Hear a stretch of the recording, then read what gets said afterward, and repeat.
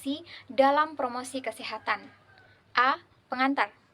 Perkembangan kesehatan masyarakat di era 80-an antara lain ditandai dengan adanya Ottawa Charter for Health Promotion atau Deklarasi Ottawa pada tahun 1986, di mana berbagai ahli kesehatan masyarakat, ahli promosi kesehatan, serta bidang terkait di tingkat global merumuskan Deklarasi Ottawa. Deklarasi ini sangat menekankan serta merekomendasi pentingnya advokasi kesehatan atau melakukan upaya agar kesehatan dianggap sebagai hal penting oleh sektor lain, memberi kemungkinan agar masyarakat mencapai potensi maksimal di bidang kesehatan, serta melakukan mediasi dari berbagai kelompok di masyarakat agar mendukung hidup sehat. Dengan momen ini, kata dan ilmu advokasi mulai merambah dan banyak dipelajari di bidang promosi kesehatan secara global maupun di tingkat nasional, termasuk di Indonesia. B. Pengertian promosi kesehatan, advokasi dan pentingnya advokasi dalam promosi kesehatan. Dalam makalah teknis WHO diajukan definisi awal oleh promosi kesehatan Anderson pada tahun 1984, yaitu kombinasi dari pendidikan kesehatan dan intervensi yang terkait dalam bidang organisasi, politik, dan ekonomi yang direkayasa untuk memfasilitasi adaptasi perilaku dan lingkungan untuk memperbaiki kesehatan. Dari pengertian ini, jelas bahwa promosi kesehatan lebih luas daripada sekedar mengubah perilaku individu karena intervensinya lebih luas, bahkan termasuk lingkungan, agar mendukung perilaku masyarakat.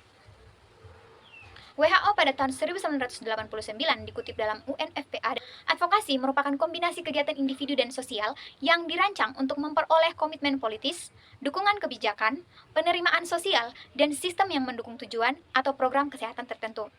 Lalu, apa kaitan antara promosi kesehatan dan advokasi?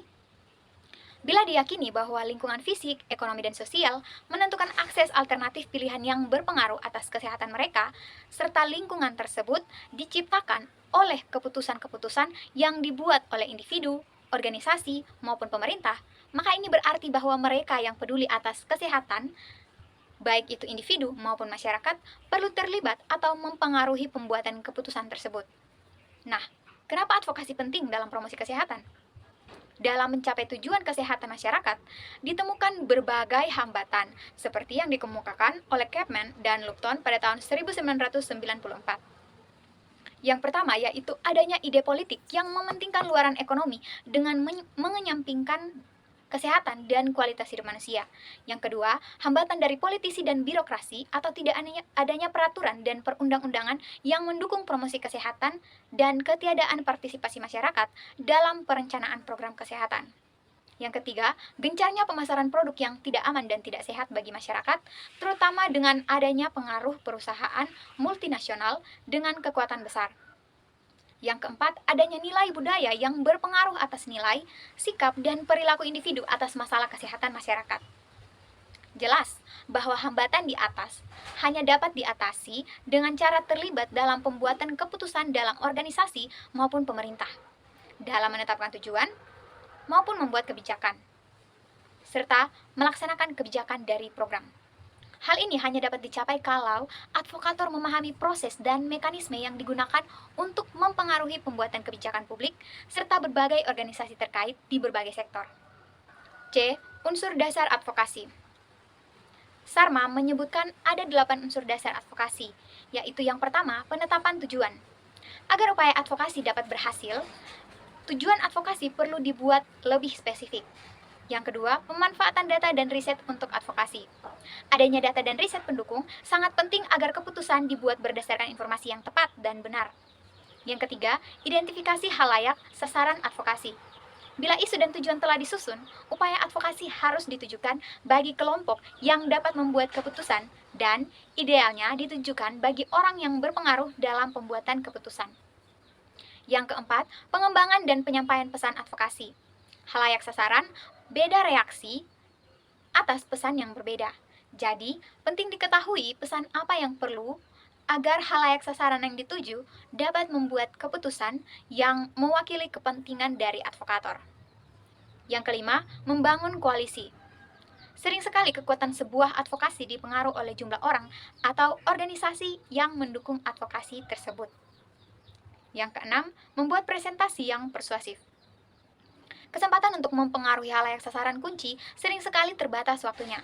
Sehingga kecermatan dan kehati-hatian dalam menyiapkan argumen yang meyakinkan atau cara presentasi dapat mengubah kesempatan terbatas ini menjadi upaya advokasi yang berhasil. Yang ketujuh, penggalangan dana untuk advokasi. Dalam mempertahankan upaya advokasi yang berkelanjutan, untuk jangka panjang memerlukan waktu, energi dalam penggalangan dana atau sumber daya lain untuk menunjang upaya advokasi. Yang kedelapan, evaluasi upaya advokasi. Untuk menjadi advokator yang tangguh, diperlukan umpan balik berkelanjutan serta evaluasi atas upaya advokasi yang telah dilakukan. D. Pendekatan utama advokasi. Ada 5 pendekatan utama dalam advokasi, yaitu yang pertama, melibatkan para pemimpin. Yang kedua, bekerja dengan media massa.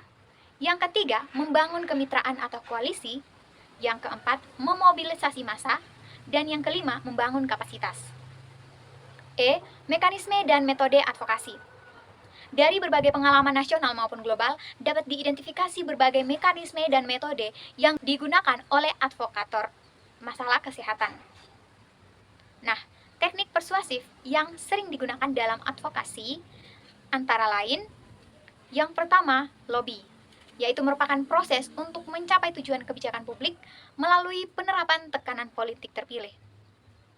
Yang kedua, petisi, merupakan cara formal dan tertulis untuk menyampaikan gagasan advokator di mana dicoba memberikan tekanan kolektif terhadap para pembuat keputusan.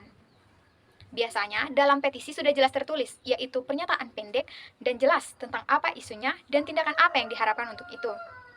Kemudian, ada tempat bagi individu atau organisasi yang mendukung petisi untuk menulis identitasnya. Yang ketiga, debat. Hal ini dapat terjadi bila ada 2 atau lebih individu yang berbeda pendapat tentang suatu masalah tertentu. Nah, debat ini memberikan kesempatan bagi advokator untuk menelaah isu dari berbagai perspektif dan juga pandangan. Kekuatan dari teknik ini adalah bahwa ia menyediakan kesempatan bagi advokator untuk menggarisbawahi aspek-aspek positif dan negatif dari semua pendapat. Yang keempat, negosiasi resolusi konflik. Satu pendekatan untuk mengembangkan solusi yang saling menguntungkan dalam situasi konflik adalah menerapkan suatu model pengembangan negosiasi. Model ini melihat negosiasi sebagai suatu proses dalam konteks membangun hubungan di mana advokator mendorong pihak-pihak untuk mengungkapkan secara terbuka kebutuhan dan keinginannya, dan memungkinkan untuk dikembangkan kemauan yang baik dan timbal balik dari waktu ke waktu. F. Indikator advokasi.